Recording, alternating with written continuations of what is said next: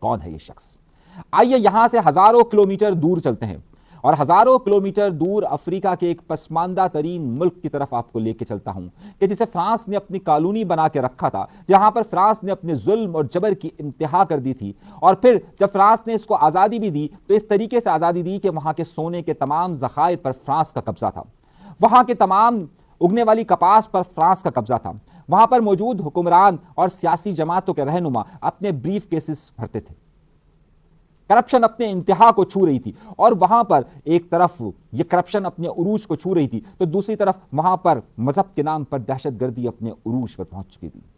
ملک کے ایک بڑے حصے پر انتہا پسندوں نے قبضہ کر لیا تھا، اور پھر اس کے خلاف ایک فورس بنتی ہے، ایک فوج بنتی ہے، وہ اس فوج کی سربراہی کرتا ہے، اور پھر آخرکار وہ تنگ آ کر 35 سال کی عمر میں اس ملک کا حکمران بن جاتا ہے۔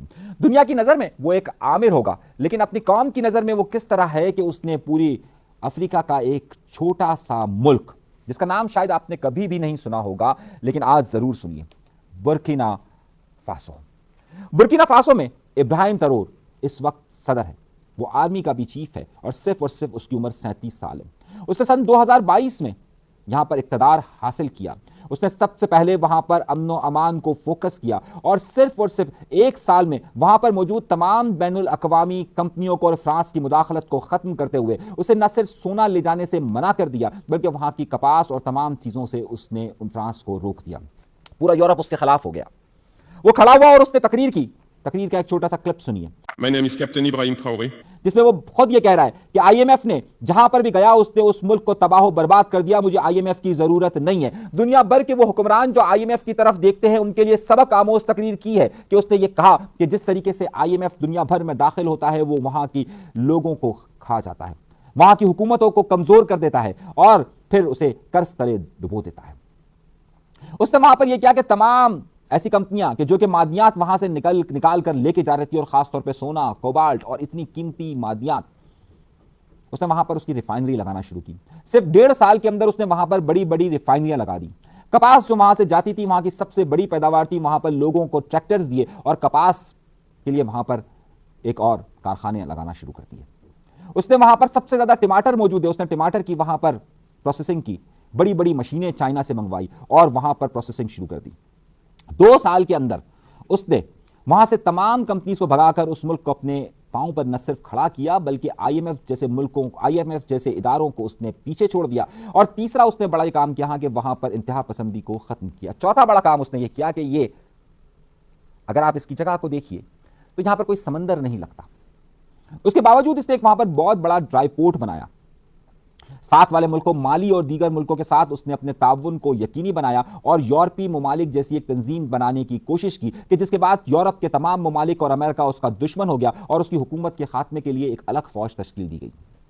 اگر دنیا بھر کے حکمرانوں کو اگر اس کی مثال دیکھنی ہے، اس بات کو چھوڑ دیجئے کہ وہ ڈکٹیٹر ہے یا جمہوریت پسند ہے، لیکن اگر ایک حکمران کے طور پر دیکھیے، ایک نوجوان کے طور پر دیکھیے، تو اس نے خود مختاری کی وہ مثال قائم کی ہے کہ جو موجودہ دور میں آپ کو شاید کہیں پر بھی نظر نہ ملے۔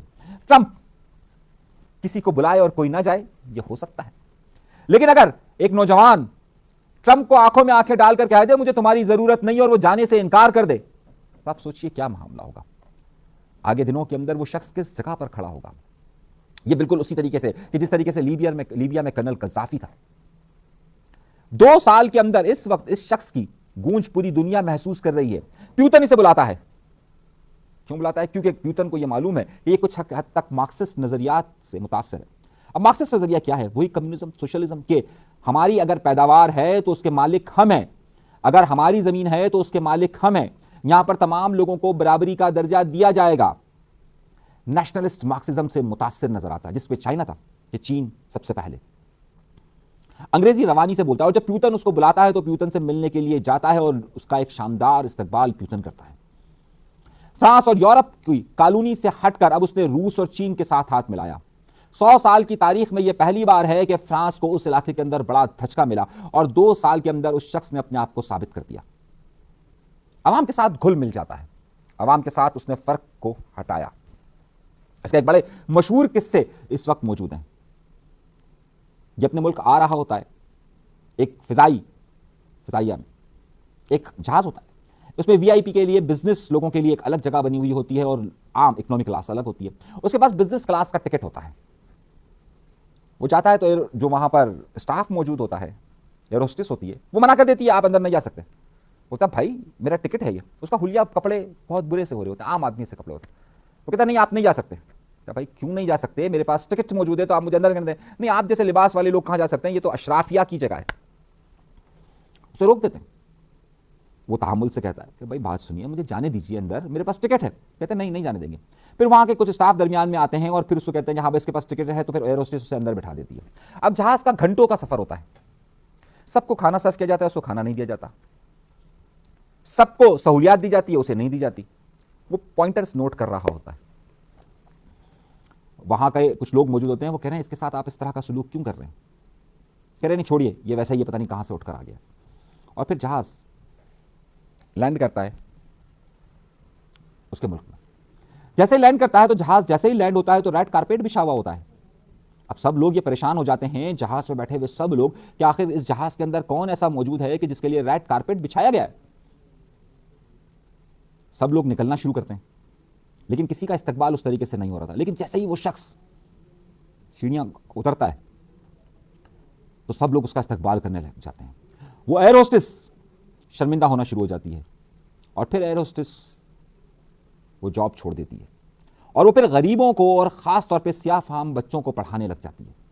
اور وہ اپنے انٹرویو میں کہتی ہے مجھے کسی نے نوکری سے نہیں نکالا, لیکن مجھے اس دن اتنی شرمندگی ہوئی کہ میں نے کتاب کو اس کے سرورق سے پڑھنے کی کوشش کی. اور اسی لیے ایک بڑا مشہور محاورہ کہا جاتا ہے کہ کسی بھی کتاب کو اس کے سرورق سے, یعنی اس کے اوپر کی جلد سے مت پہچانیے, اس کتاب کو اندر پڑھ کر دیکھیے. اور اگر اسی طریقے سے آپ ابراہیم کو اگر پڑھ کے دیکھیں گے تو اس کا ایک بڑا مشہور جملہ کہا جاتا ہے کہ میں حضرت بلال کی قوم سے ہوں, کہ جس نے بہت مشکلات برداشت کی, کہ جس طریقے سے حضرت بلال نے بہت مشکلات برداشت کی. میں بھی غلام تھا, اور میں بھی اپنے ملک اور اپنے لوگوں کے لیے آزادی چاہتا ہوں, اور اس کے لیے میں ہر قیمت ادا کرنے کے لیے تیار ہوں. وہ قیمت کسی سے بھی بڑی سے بڑی طاقت سے ٹکرانا ہو, وہ امریکہ سے ٹکرانا ہو, وہ فرانس سے ٹکرانا ہو, وہ پھر آئی ایم ایف سے ٹکرانا ہو, یا پھر وہ انتہا پسندوں سے ٹکرانا ہو, وہ ہر ایک سے ٹکرا رہا ہے. اس کو قتل کرنے کی کئی کوششیں ہو چکی ہیں, اسے ڈھونڈا جا رہا ہے, اس کے ساتھ چلنے والے لوگ اس سے انتہائی وفادار ہیں. ہر وقت اس کو دنیا بھر نے صرف ایک ہی لباس, اور وہ فوجی لباس کے اندر دیکھا ہوا ہے. یہ افریقہ کو ایک نئے اتحاد کی طرف لے کر جانا چاہتا ہے. یہ کہتا ہے کہ سونا جب میری زمین سے نکلتا ہے تو اسے ریفائن کر کر بیچنے کا حق میرے پاس ہی ہونا چاہیے, اور یہ سارا کا سارا پیسہ میری عوام کے اوپر لگنا چاہیے.